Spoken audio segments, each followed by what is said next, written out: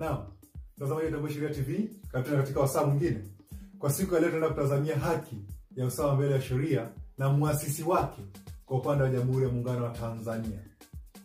Tunapoongelea haki ya usawa mbele ya sheria tunamaanisha ili mradi tu mimi na wewe ni wa Tanzania, sote ni binadamu, tunapaswa kupata huduma sawa pasipo kuzingatia hali ya kiuchumi, pasipo kuzingatia kabila wala hadhi yako.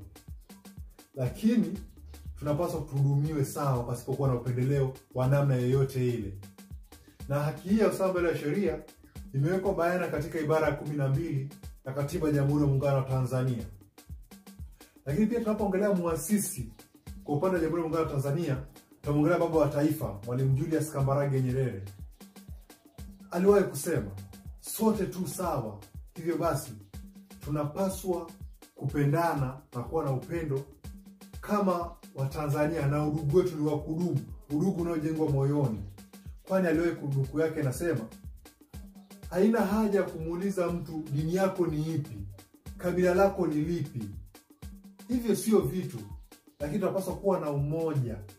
Umoja huo unaletwa na nini? Usawa na ile haki thibiti iliyopo moyoni, kwamba mimi na wewe tunachukuliana kama ni ndugu pasipo kuzingatia na natokea wapi wala unatokea wapi, dini yako ni ipi.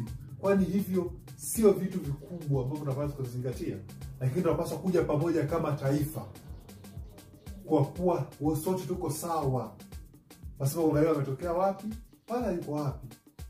Hivyo basi tuzidi kuishi zile hekima za baba wa taifa na maneno yake, kwani yote yanaleta chachu ya maendeleo katika jamii yetu sote. Na mimi nimejifunza vyema. Asante.